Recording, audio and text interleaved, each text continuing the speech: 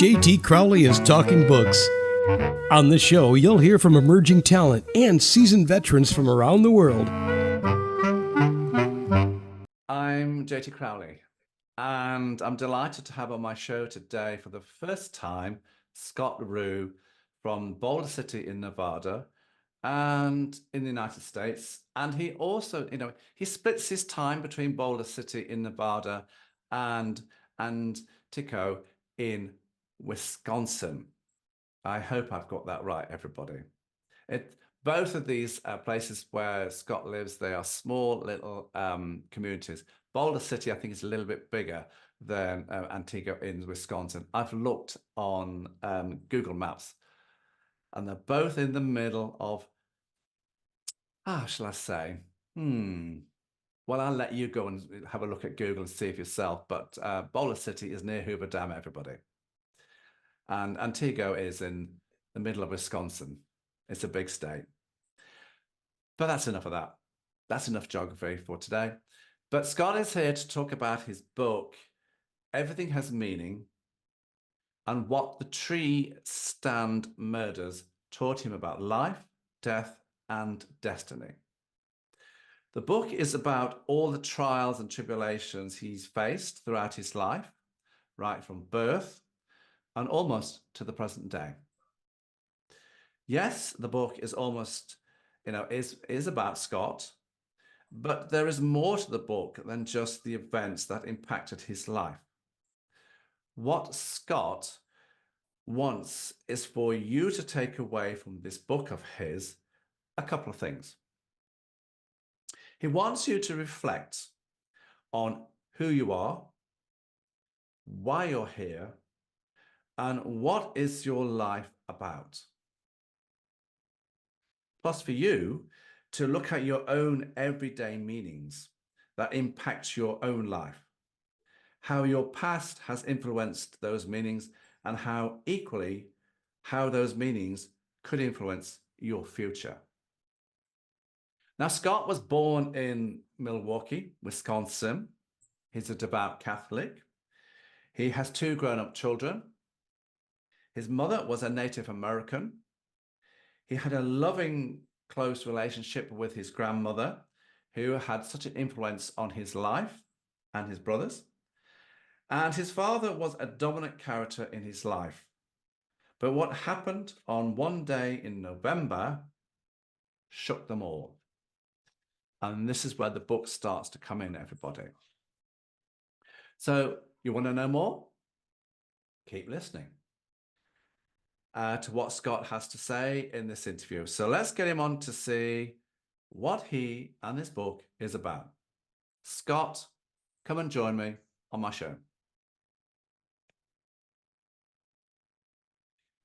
Thank you, John, for having me. I'm so excited to spend time with you and interviewing my book.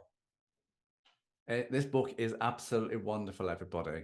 It really is. And when you look at the cover, there is so much within that cover that gives it away. Now, Scott, I know I've hinted at what's happened in your past and what readers can expect to see and read in your book, but would you care to take us a little further with regards to how and why you wrote this book? Well, thank you, John, for asking me that question. I had something pulling me over the years,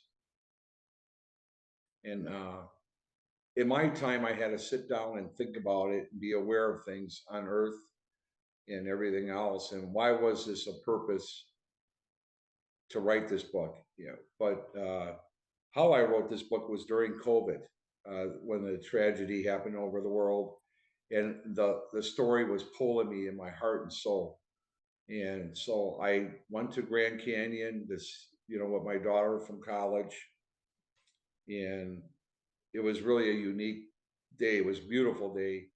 And when we went to Eagles Point, 2 eagles came to me and my daughter, and I recalled to Caitlin and said, "Caitlin, I'm writing a book." And she said, "Well, Dad, okay." She was smiling at me, and she knew I had a lot of obstacles in my life, and that's how I started, because the heart and my spirit was pulling me so hard. It when people have that in their hearts, they should never stop. They should always go forward to do it. That's my message to people. So that's how I felt while writing this book. And I wanted to share my story to help others. Now, Scott, let's open the book. Okay. Now, we're not going to go in every single chapter, everybody, because that's not the purpose of this interview. The purpose of the interview is to give you a flavor of what the book's about. If you really want to know what the book's about, then you can go to his webpage and have a look, or alternatively, quite simply, go and buy it. I can't be fairer than that.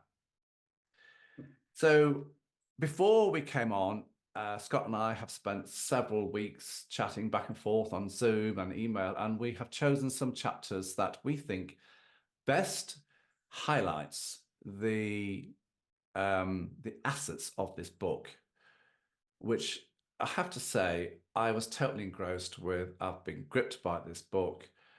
It is just fascinating, everybody. The stories. Now, the chapters are very short, but they are succinct.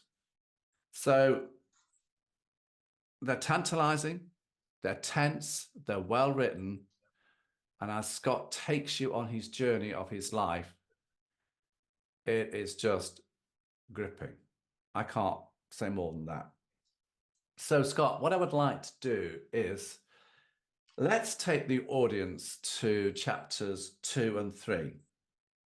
Now, in chapter 2, under the title December the 21st, 2006, Pittsburgh, Pennsylvania, you talk about your father's actions on November the 21st, 2004, which had an enormous impact on you.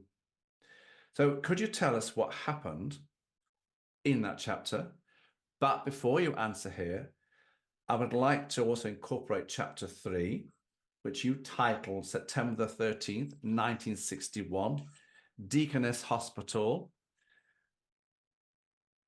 Milwaukee, Wisconsin, which is you talking about the events surrounding your own birth and the experience around that birth.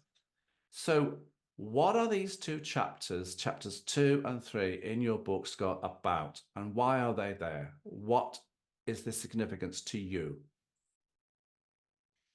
Okay, thank you, John. On the chapter 2 was on December 21st, 2006, as you mentioned. There is a Carnegie Medal for heroism over the world, and they only give that out to certain people every year. And it's funded to heroism for Mr. Carnegie. And my father received that on December 21st, 2006. And that was really an important day for me because they show a recognition to him how his bravery was during the Rampage shooting. It was something that I do miss for what his actions were, but it was also how he was stressed and so forth that he was not able to concentrate anymore after that tragic event. So when I received that information, the news contacted me, the newspapers and local news in 2 states contacted me about my father receiving the heroism. And I wanted to put this in my book, but Antigo approached to me as soon as I got my first call. And I was just something that was a message sent to me that a good thing is coming your way, Scott. And it sure was. It was. I mean, I explained how my father was a hero, but he did the right thing to help others, and just to take the tragedy from family and friends, and just to take a step forward and never thought about himself. That's how I looked on chapter 2, John, and how they all received the Carnegie Medal for heroism. It's a very, very powerful chapter, everybody. But chapter 3 for me, Scott, is just as equally important because this is the events that surround your own birth at the hospital in Milwaukee. Care to tell us? Yes, I was born on September 13th, 1961 at Deaconess Hospital. It's a Catholic hospital. Well, this is the story which I received not from my father, my original mom, that had me. She was a very young person. Um, I would say very young, and so there was an issue there during her pregnancy, that I was told by her that we were in the hospital for almost 4 days. Then they had to do some major surgery for my mother and me to survive. However, the news was, but I was informed by her that a priest came to give my ma her last rites and me on the third day. So that's what I was informed by my mother, and she said it was a complicated, uh, birth, and so that's where I was thinking about. I'm here today to talk about it. Some people don't realize how life is so precious and the miracles that do happen. And that's one of the things that I wanted to put in my book, that I didn't never realized that I had that opportunity to be alive today. So I think the priest gave me a good prayer and said, "No, you're going to stay here, and you got something to finish on earth." So I'm smiling with it. I did put a little bit of smile into the chapter about that. You did. And he obviously must have thought, the good Lord must have thought, he's got a book to write in his 60s. So we need to make sure, he arrives safely on the planet. Yeah. That's right, John. I'm glad you're smiling. Absolutely.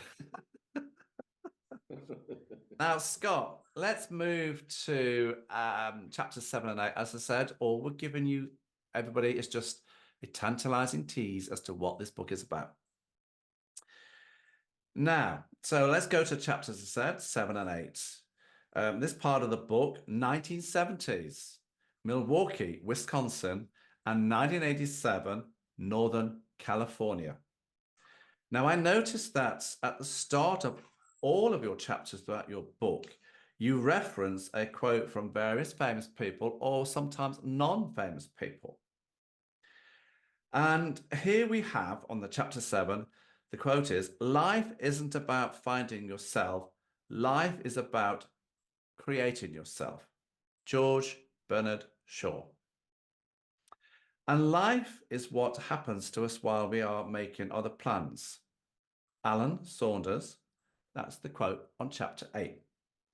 So my question to you, Scott, is why do you use these quotes, and are they linked to the contents of the chapters they're linked with, they're associated with? Yeah, I'm glad you asked me that, John. Why I put these quotes, I had a number of them, but I wanted to make it to the quotes of the chapter how I felt. And it meant something to me, like you said, about George Benedict Shaw and others like you just mentioned. Uh, they have a lot of wisdom, and if you listen to the words when they bring this up, if you want to look at them, most of them are all great writers, critics, authors.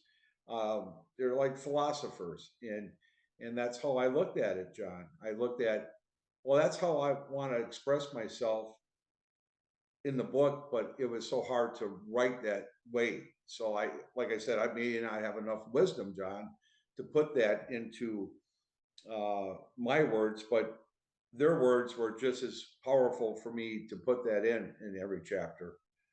It gives meaning to life and experience, and look at life a different way, because that's how they meant, how they present themselves with these quotes. I understand that. I get that. But I just wanted you to tell the listeners that. Oh, There you I'm go. so glad, John. There you go, everyone. Yeah. So let's have a look, Scott, at chapter 7.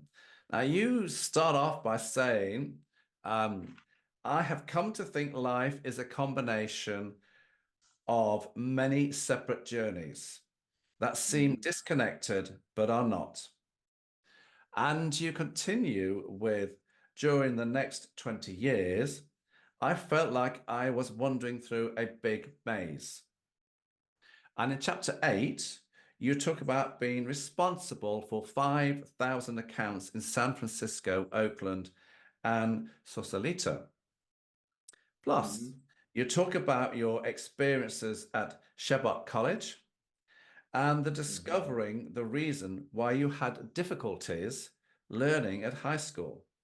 So, Scott, Mhm. what are you telling the reader here about yourself and how are these events so important to you? They've impacted on you that you put them in this book. Tell us. Okay, well, thank you, John, again for chapter 7. Milwaukee's, Wisconsin in the 70s, the world was changing. The rights were coming. Martin Luther King, assassinated. So Vietnam was still involved yet. It was a world that was turning around, in a positive direction in a way, because it was changing the world. It was showing people's rights and expressing their feelings and their rights. Well, when I was caught up in the 70s, my father uh, and my brother, we moved around a little bit around the area within 10, 20 miles away from grandma and grandpa's house. And I had another troubled life a little bit. I had some disabilities that I wasn't aware of till I went to college.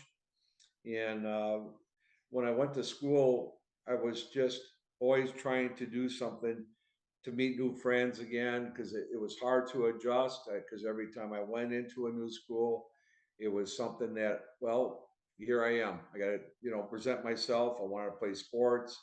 And then it was just a lot of changes. Plus, at that time, I heard maybe a couple people getting divorces.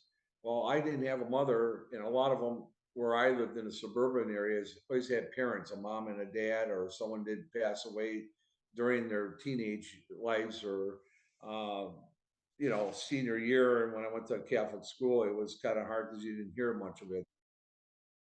So I just had always a troubled time, and I was caught up in the system of the school, public schools too. When I went to elementary school, but I went to a Catholic school, so it was one of them kind of things in my life that I wanted to share to people if they're going through the same thing. That it's okay. You just got to be strong, look forward about your life, and some meaning that you're here for a purpose. Never give up, and that's why I put this in my chapter. That everyone goes through this. It's how you handle it, and how you can guide yourself. And that's why I put this in my book about helping others, and ones that love you are like angel helpers. That's what I put in my book on chapter 7 and 8. When you read my book, it's like my grandma, for example. I wanted to bring this up to you, John. I call them people like angel helpers. They're here for a purpose to help others to get you to the right path in life. Um, And that's how I looked at chapter 7. do you think you had dyslexia?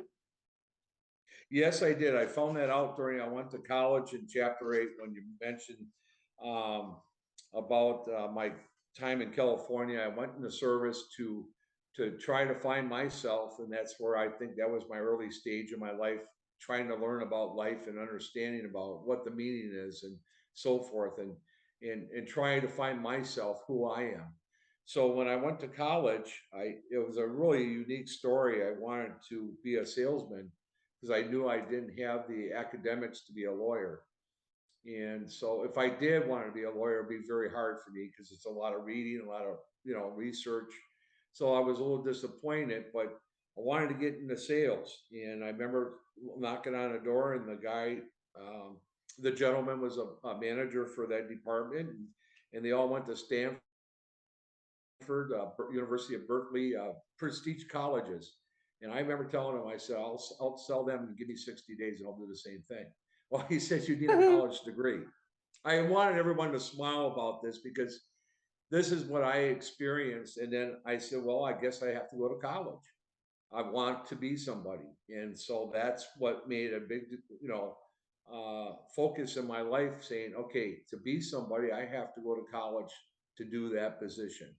And so I had a wonderful, wonderful college instructor, Mr. Kappa, uh, was a wonderful man. And there was a talk about unions and non-unions, and expressed to him that I think if everyone worked together, they have their own contract and have their own uh, things to corporations to you don't need a union or non-union. It's just have your own paper and say, here's my 5-year contract and see how I performance. If it doesn't, then let me go.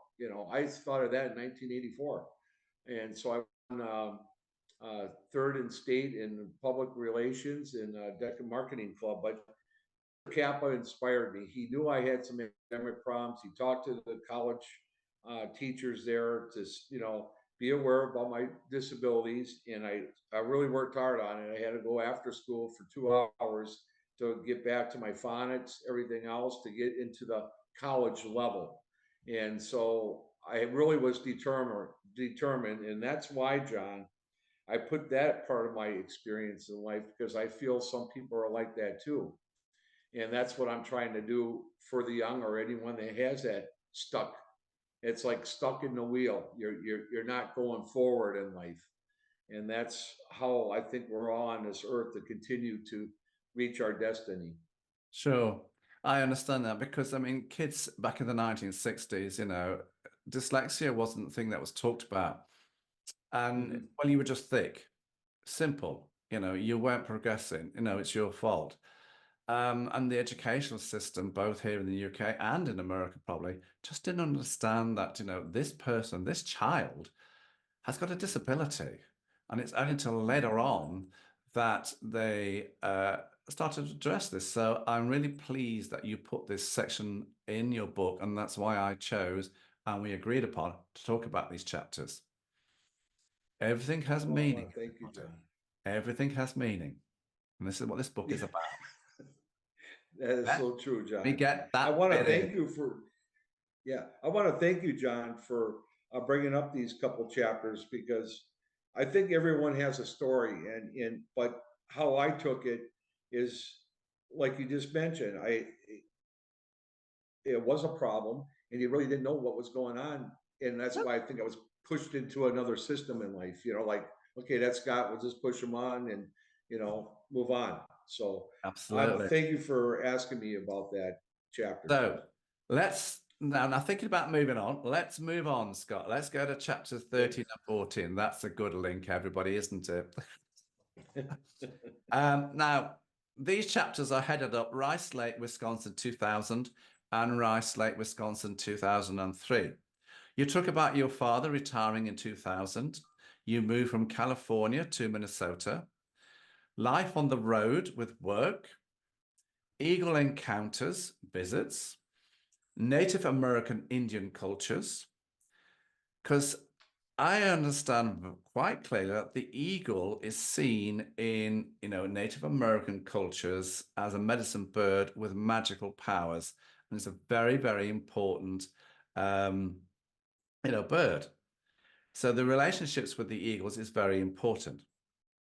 And you talk about Native American beliefs. The creator has a reason for everything, and everything has a meaning. And this is what this book is about, everybody.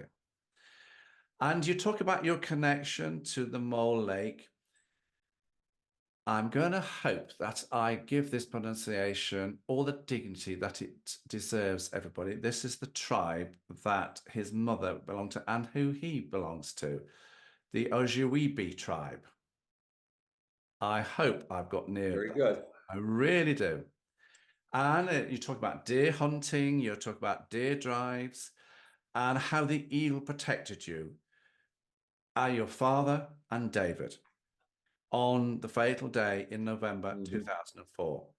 I just want to retract myself there. It's how the eagle protected Scott's father and his friend David on that day in November 2004.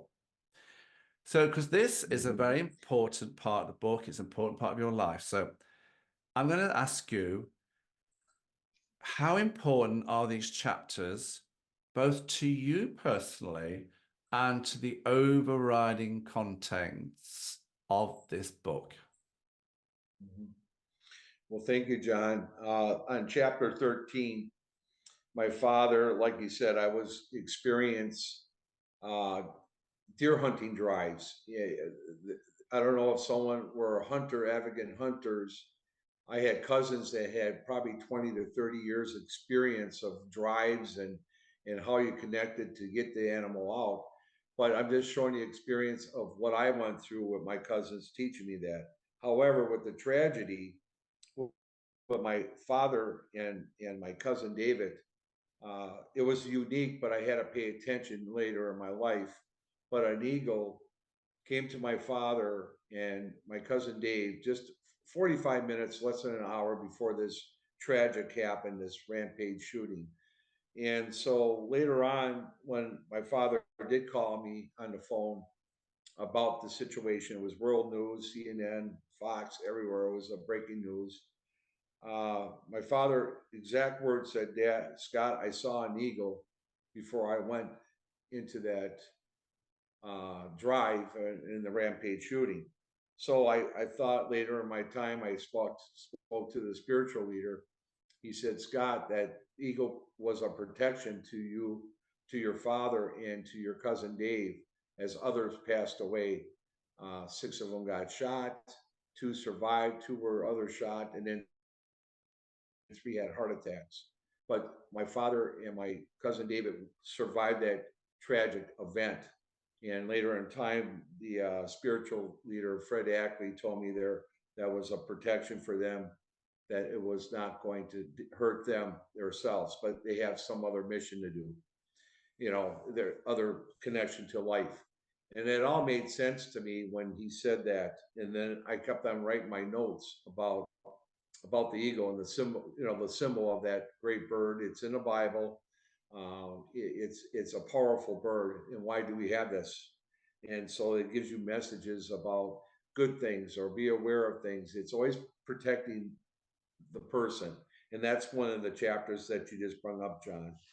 Chapter 14, as my father in 2003, that's where I did that drive with my cousins and experience all that deer hunting. A year before it all happened, that I experienced a drive, which I was with the same people for many years, hung out with them. And so they were so knowledgeable. But that sport, it's a sport, but it's a family. In Wisconsin, it's a big thing for deer hunting. It's over 650,000 deer hunters in that state go deer hunting. It's a family tradition. And I didn't realize how powerful deer hunting is to the state of Wisconsin. So when you hear tragedies like this that did happen, it was one of the worst that came to that deer hunting massacre. But I just wanted to explain my experiences about hunting and how they survive and how they take it and they share their animal and take every piece. They were never abusive to the sport. They used it to provide their family for food. And that was just the way how Wisconsin was. It was getting together with a bunch of guys or women or wives, and it's just a fun thing to do. And then they go ahead and provide their food for family. They don't do it just for a sport. They do it for food. And according to my spiritual leader, he told me some things when you go hunting, Scott. You pray for that deer because it's coming back because he's taking your life so you can learn to survive and eat. So you have to pray. That's later on in my lifetime, John, that when my spiritual leader, Fred Ackley, explained to me how to hunt, how to respect the animal. And then, it will show you respect back. And you always pray for them. And when they pass away, you give them the 4 directions of healing because they have a heart and a spirit too, so they can come back. And they gave me food to supply to my family. And that's why I look at 2 different directions of how the natives believe, how they respect the animal and show respect to that animal, as my family did too in the state of Wisconsin. They do the same thing, but a different way. They just take care of it, but they pray more to it. I never seen a lot of them pray for just for a good hunt, but the natives make it more to an extreme. That's how I looked at it, John. And that's why I wanted to incorporate those chapters in the book.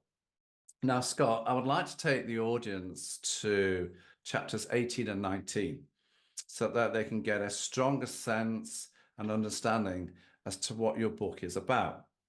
So in chapter 18, headed up April 2005, Min and Hestra, Minnesota. You chose a quote by Pablo Picasso. Everything you can imagine is real. You talk a lot about orbs, ghost orbs, spirit orbs, and paranormal orbs. Orb sightings in the battlefields in Gettysburg, Pennsylvania. Of course, there was a famous speech there by a president. Your father's passing in chapter 19, you talk about Native American burial sites, the mounds. Would you care to elaborate, Scott, as to what the storylines are here and why they form such a significant part of this book? Well, thank you, John. On chapter 18, I'm glad you brought about that chapter. During my life experiences, John, this was another experience which I didn't understand in the Native culture.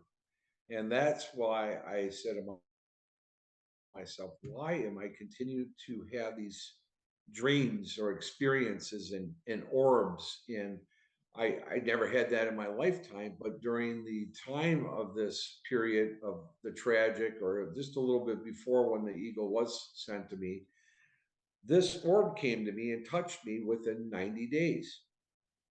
And it was the middle of the night. And I said, what the heck was that little white ball? And it touched me and it felt like it burned my shoulder. And I had to explain that when I was writing, because I had Steve Bradshaw to make sure, because he wanted detail on how to explain it. So when I wrote it, he just had to make sure the word was right.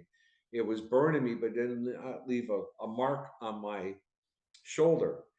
And I just recalled on it. It was around 2, 3 o'clock in the morning, went right through my window and took off. So during that time, I talk about that orb, and I had to look and research that. And then later on, when I heard about these orbs, I talked to the spiritual leader that I met, Fred Ackley, which I mentioned before. He said those orbs are a spiritual guide again. And that's all he gave me. And I said, okay, because I didn't understand it. Then I talked to my priest, because it was that year. It was my grandma's 90th birthday. And I talked to Father Pete, a wonderful priest, and was with our family for almost 20 years with my grandma and grandpa. So you could see the belief in the concentration of the Catholic background. And I talked to him about that. I said, I even had a dream about my father during his passing. It was like deja vu. It all was there about the deer hunting pass away. I explained that to him, and that priest said to me right off the bat, the Catholic priest, he said, Scott, sometimes I heard this maybe 11 times in my priesthood. He's, well, at the time, 67 years old. And he said, I did hear that. But what I believe in this, Scott, is God prepared you for your father's death and another journey. That's exact words he told me as a priest. So I had to keep that kind of quiet when I saw my father within that 9 months to a year. When I looked at him all the time, I had that dream, and they call visions going to the Native American Indians. And then why I bring about the orbs is because right next door to me, there was a mound that was a burial site from the Sioux tribe, which later I found this out. And I remember the farmer mentioned to me, because he was doing some farming on that parts of the land. And he said there would be, this was where the natives were from the Sioux tribe by the lake. And so I had to look into it more and more. And I found the notes, and there was a number of mounds and burial sites, which a lot of people don't know when they walk through the woods. There could be a burial site from a native tribes. And so that's where I felt really connected again, because right next to me there was the mound. So maybe the spirits were coming to me. I don't know. I just was shocked, and I didn't know how to express myself.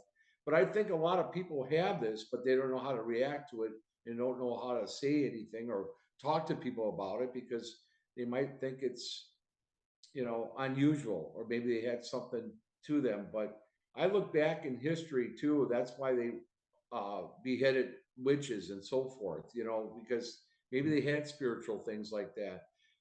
So you could tell I did some research reading about it before I did this chapter, but I had to experience it. And I also had to talk to the priest, Father Peter down in Milwaukee, because I could not hold that in. And I wanted to know why I had that. So that was a big part of this chapter, John, about this orbs. And the white orb was the one that touched me because they had a number of colors of orbs. You know, their dark ones are not good, according to what I was reading in my research. And Steve Bradshaw, the white one is a spiritual one, which my father I always thought was a very spiritual man. He was a very dedicated man. He was dedicated to his job. So I knew that was the right orb that I seen. So because it was a bright little white light. So I just was shocked. I just had to express that in my book. I understand that, Scott. So, now I was fascinated, Scott, why you used a quote from Jane Austen. What strange creatures brothers are. And they are. Now, it's at the top of chapter 21, which you head up May 2005, Rice Lake, Wisconsin, to associate with the chapter. But that's just a personal thought. I just thought, you put in this quote and linking it to this chapter, I thought, where's the connection here? But I'm sure there is one, but that was just my personal thought.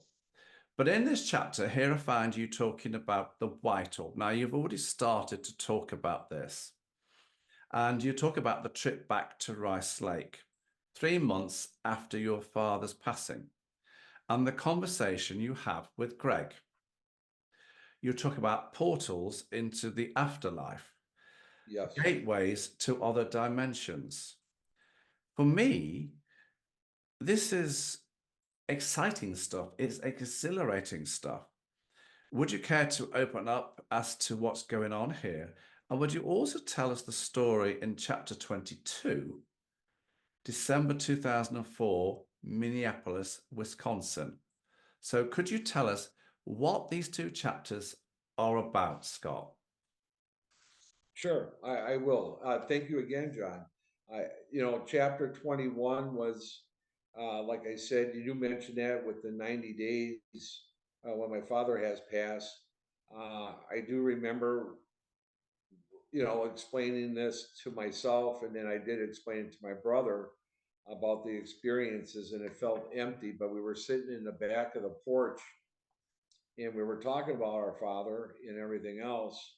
And when I explained about the orbs and my other dimensions and a lot of things about my dreams that I explained to my brother, he just, he put it in his heart that I know, Scott, we miss Dad and everything else, and he was just kind of opening up, but in a small way.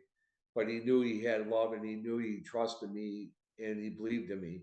And that was a big important thing to me, because I know my brother my whole life, which he was born on the same day as I am, but 2 years apart. So that's pretty unique too. I put that in my book. We're 2 Really? years. Yep, we're 2 years apart, same day, September 13th, 1963. And I was born September 13th, 1961. So we're like twins. But he's a big guy. He's about 6'4", but he was a gentleman with a big, nice, humble heart. And so when I explained my experiences, and he was looking at the sky by the lake at the lake home, the eagle came right to the tree and looked at us and stared at us. So my brother really got freaked. Like, he felt really like, oh my God, my brother's scaring me now, because I was talking in my experiences with the orbs and everything else. And then he just, he was shocked. He was shocked when he saw that eagle, because I said, you watch, Greg, when I'm explaining to you, this eagle is going to come to us. And sure enough, it did. Exact time when I was done saying all this to him, that eagle flew right in front of the tree, about 50 yards away from us, and staring at me and my brother. So that's how I was trying to show my brother that there is a connection, there is a belief, there is something that I have to figure out in my lifetime yet to understand this. Am I ever going to maybe understand it 100%? I don't know. That's why we're on Earth today. and we don't have all the answers.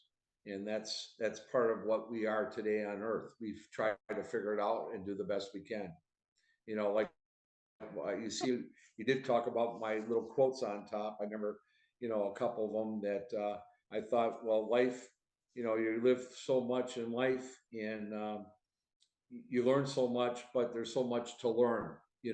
We only here for a certain time on Earth, and that's what I wanted to always put down for people too, because the world goes fast, and we're only here for a certain time. And so that's why I put that in that chapter 21 too. My experience on Earth, like everyone has a different experience, but this I is do. my positive way to take me to the right direction. And in chapter So, 22? yeah, chapter 22. This was a unique chapter.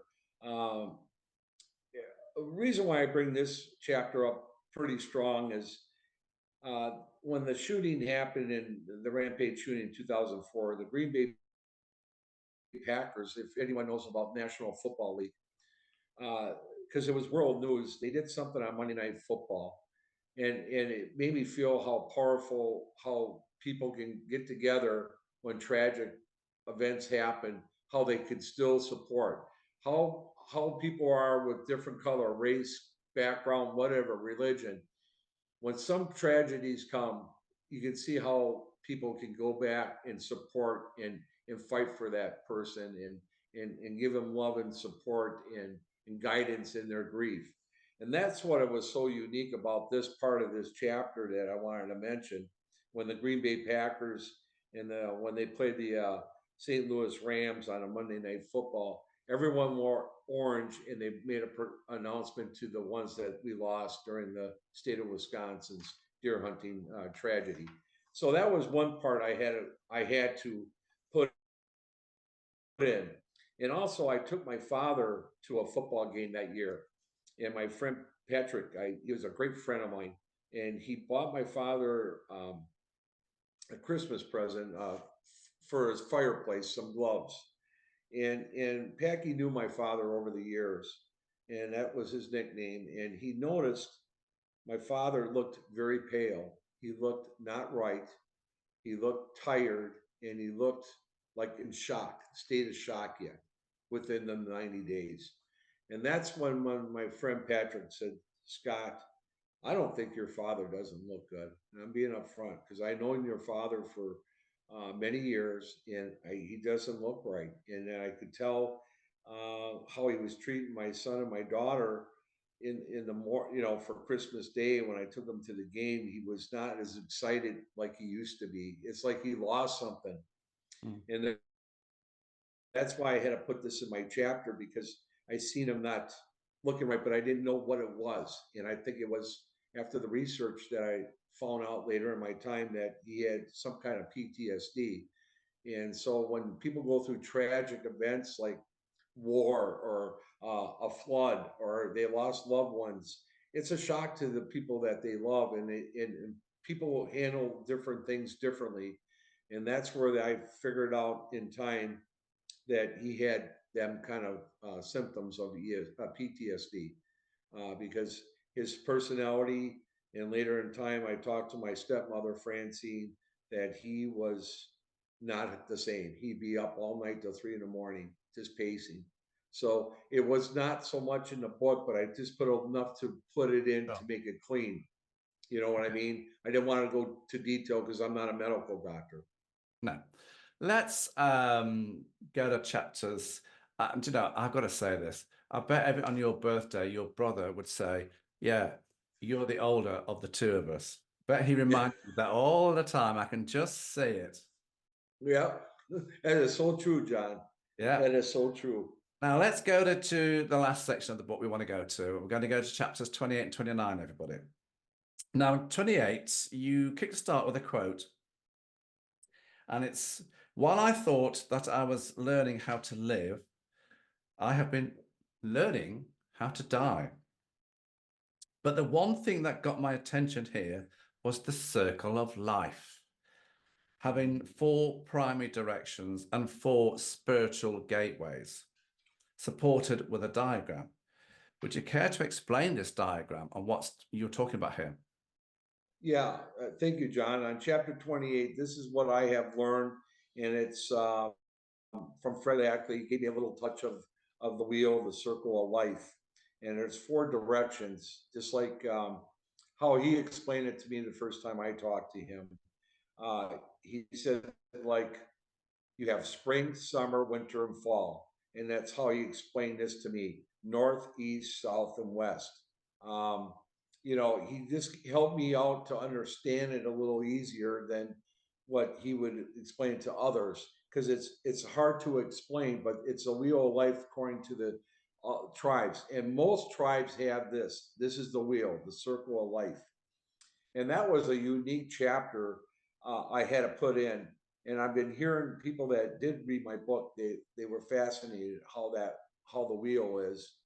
Um, but every culture has something like this, John. Every culture has a different way of looking at their life or their symbolism. But according to the natives in my tribe, our tribe, was talking about the directions of the color, the north, east, south, and west. It's also talks about the direction from the left, from the west and north and east and south. It puts you when you were young to when you get older, and then you go to the circle of life, because it pushes you to put you into that state of the circle of the wheel itself. And so I explained it. I hope I did the best. This was probably one of the hardest subjects I had to put in my book, because it was really had to be explained clearly how I saw it, not according to my spiritual leader, how I saw it when he was telling me about the wheel. So when you look at that And chapter, everybody, just have a look at the diagram. I want to go on to Scott to chapter 29. Because I think this is a very important chapter as well. The OGWB prayer and the teachings of the seven grandfathers and how they give rise to the teachings of the circle of life. So, you've got the seven grandfathers instructions, for my life, which I found was mind-blowing.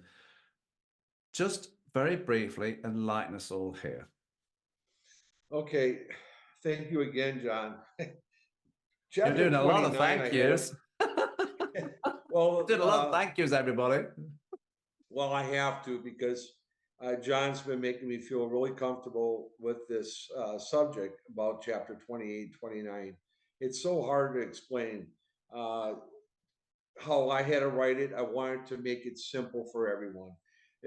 The seven grandfathers is like the Catholic religion, like Moses came and gave us all information to the fathers of the Catholic, and John and everything else. Well, according to the Native American Indians, they had the same similarities from their ancestors, same way, and they were the seven grandfathers that would teach you of cherish, you know, about your wheel of life. When I put in chapter 28, the four directions. This one gives you a purpose, how you got to that stage of the wheel.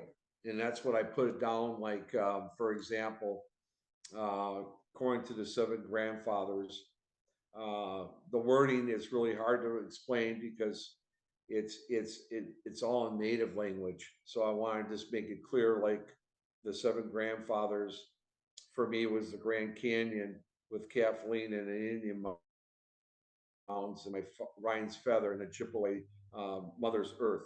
I put these down for all the connections with the seven grandfathers, what I went through in my life, and how the wheel was pushing me into every direction, into the circle. And that's what I wanted to teach people, if they wanted to use my idea or the natives' idea, how they may help themselves, how I was pushing to a positive direction. Now, like I was explaining earlier, sometimes some people get stuck. They don't go all the way through that full wheel of life before they go to the next life.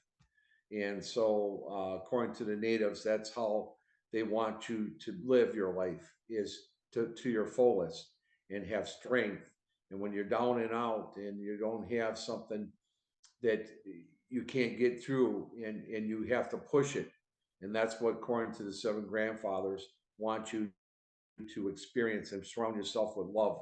And you'll have all the signs and symbols on earth to direct you to that circle of you or that other person. So they have to use that. My circle of my life was my ego. I wanted to put that in there, that the ego later in life, I followed my direction, my path to get to the circle of life. Now, later in my life, I will go to the north. And the north is when you get elders with some wisdom in your life, and that's where you finish your life. I wanted to put that in there because that's how I see me right now.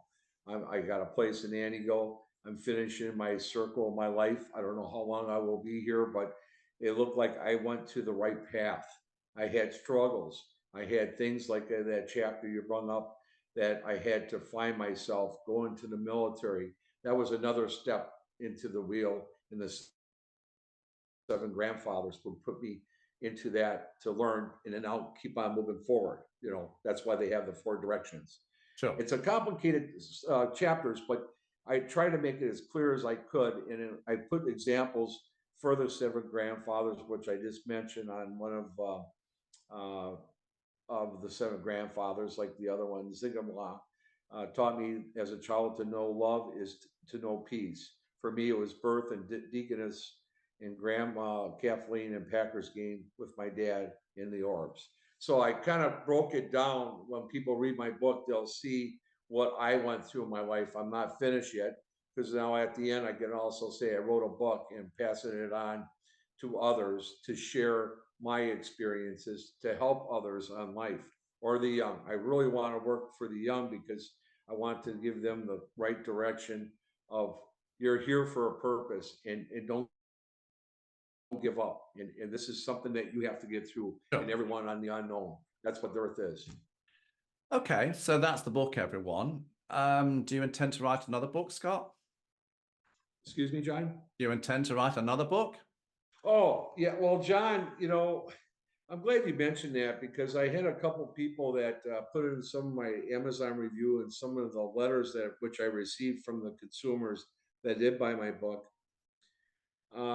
They want me to write another book. And if I did something like that, I want to know more about my culture, and then the ones experiences that people had shared their experience after they read my book. I mean, I explained about the owls according to the native tribes, and I had one that wrote me a letter, and I couldn't believe what I heard. She paid attention. She heard the owl, and there was a sickness in her family, and positive things about the eagle. I explained about some animal symbols to be aware of. So I'm getting letters that people are paying attention. It's just, you got to teach that. And that's, and it will guide you. That's why God gave these species on earth to find yourself. And it might be your symbol itself with, like mine was the eagle. That was my eagle symbol. And so it all made sense why I wrote this book. And I like to share, well, maybe another book in my lifetime, for all the people that did read my book and share their stories, what I listened to them, so maybe I might do something like that, because it's a unique, the letters are touching to me, John, when I received some of them. And that's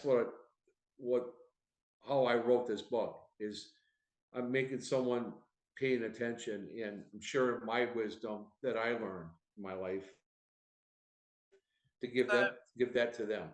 Absolutely. So who would you like to read your books? Who would you like to see reading your books? Young, old, everybody? Who's your market?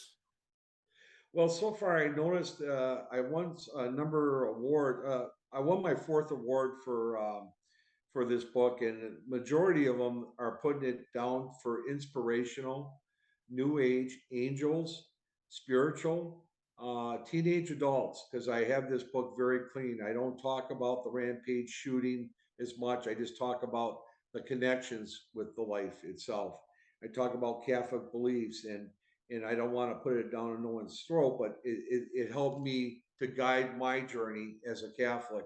And then I was very blessed to have a mother that was part Native to learn their culture to put it all together. So I think I have a bigger audience than just about the natives. I want people to understand that why did I receive this from my mother's side of the heritage and why it worked for me as a Catholic. I mean, so I look at both, and there was a reason for me to have both on earth. And that's why I want to share that to the audience. So yeah, if you have some trauma in your life, like I had some, I don't want to give everything about my book, but I had some trauma, trauma and my disabilities and so forth. They have to read that, but that's another thing. It's hope, and you're, like I said, you're here on Earth to the unknown, and you want to enjoy it as much as you can. Scott, where can people get your book from? Oh, well, thank you for asking, John. They can send me an email.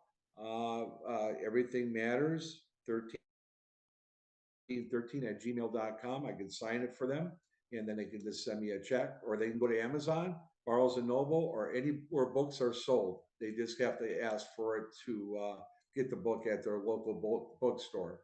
So if they ask for Everything Has a Meaning by Scott Roux, they can just ask them at the bookstore, and it will take maybe 3 to 5 days to get it.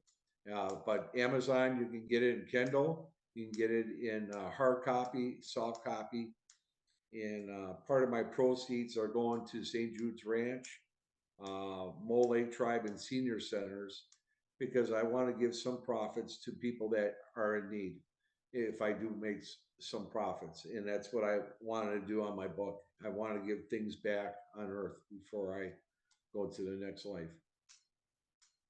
All I have to say now is, Scott Roux, thank you very much for coming on my show and talking a bit about yourself and your book, Everything Matters. Everything Has Meaning, sorry. It's That's Everything okay. Has Meaning. And that was a fraudulent slip, everybody. I'm JT Crowley. Thanks for listening. Wherever you are in the world, stay safe until next time.